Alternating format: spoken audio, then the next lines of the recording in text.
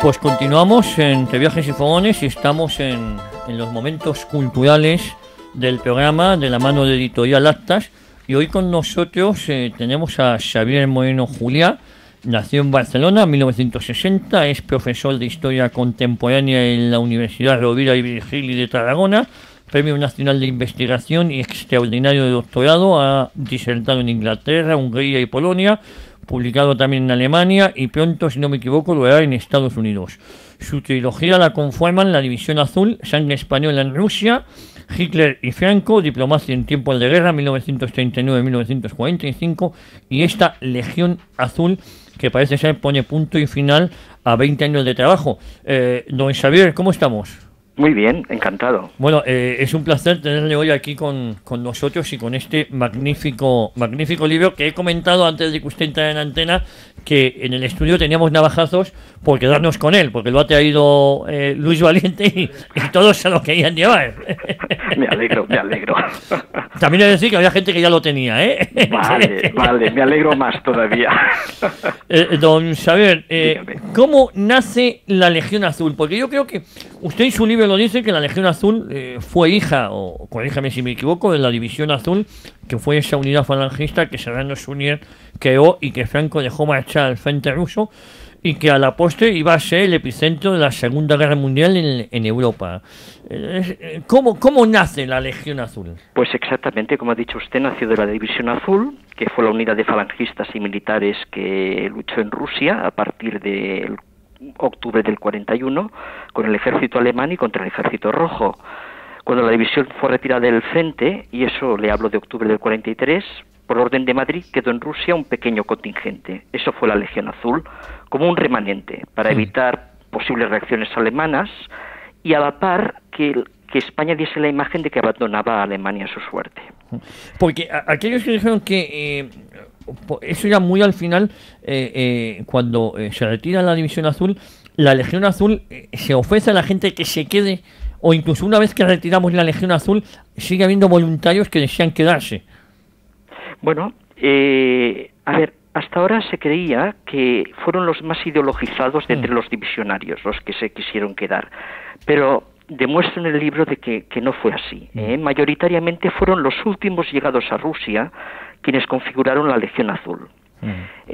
Unos hombres que uno de cada tres, a partir del batallón 22 de llegada, de 27 batallones, fueron forzados a quedarse. O sea, un 90% de los hombres de la Legión Azul, que fueron 2.199, tal como todos aparecen en el libro, fueron hasta cierto punto presionados para que se quedasen. Por tanto, eran hombres poco fogueados, sí, porque llevaban menos de 8 meses de frente. Pero bueno, su actitud, su comportamiento fue muy correcto. Entonces, los hombres que forman la Legión Azul son 2.199.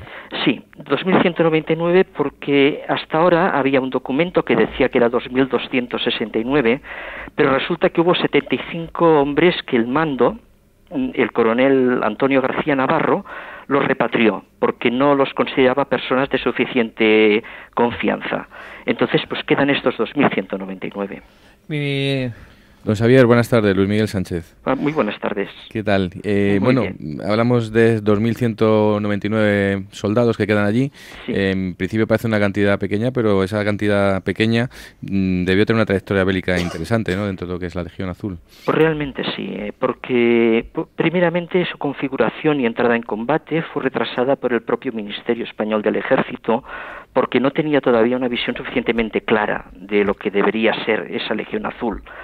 Luego hubo un periodo de instrucción y fue utilizada parcialmente contra partisanos, lo que desagradó a los miembros de la Legión, que no querían esa función.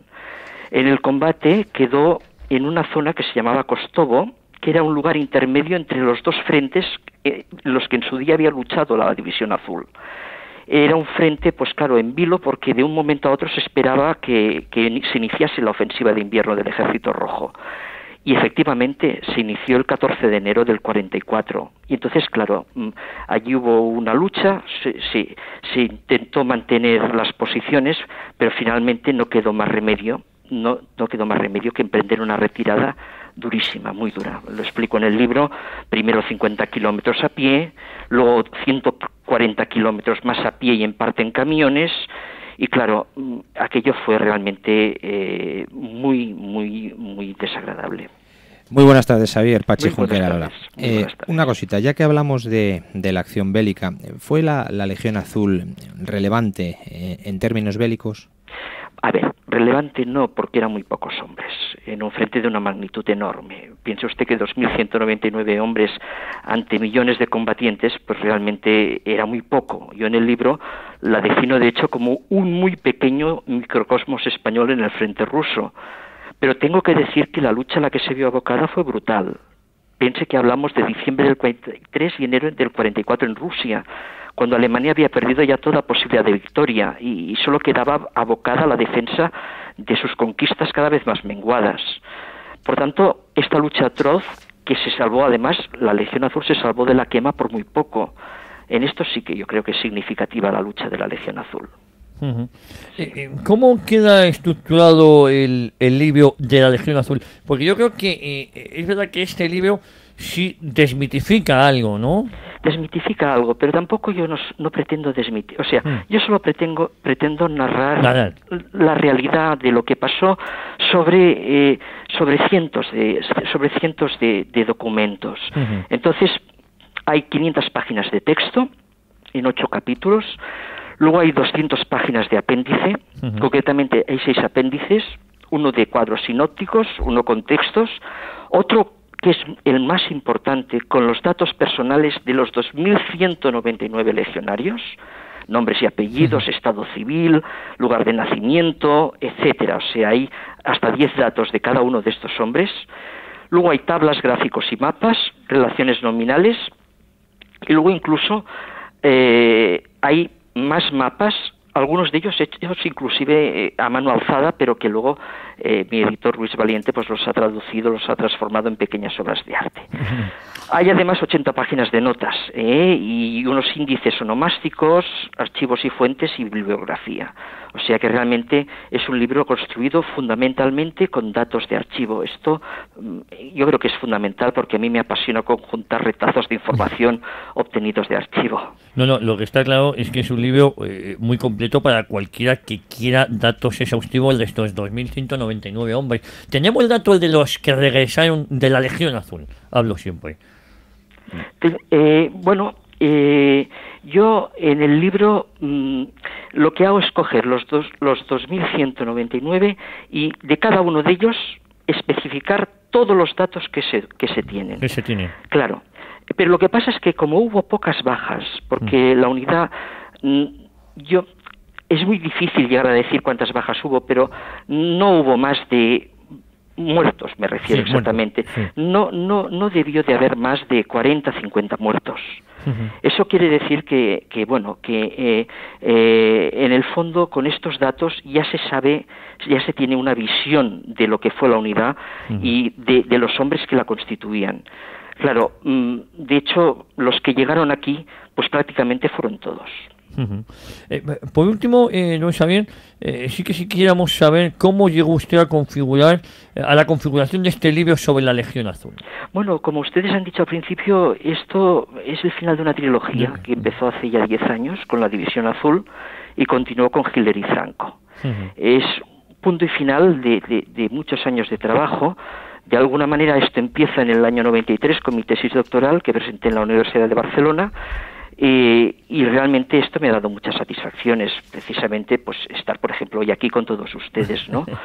Esta obra pues como la División Azul le he dedicado 7 años de mi vida y a partir claro de este momento pues yo ya abro una nueva etapa, como digo en el libro, que la dedicaré pues a las clases en la universidad y al análisis biográfico, que es algo que por el momento prácticamente no he hecho y que pienso que puede ofrecerme nuevas satisfacciones. ¿Podríamos decir, don Xavier, que está prácticamente todo dicho de la Legión Azul?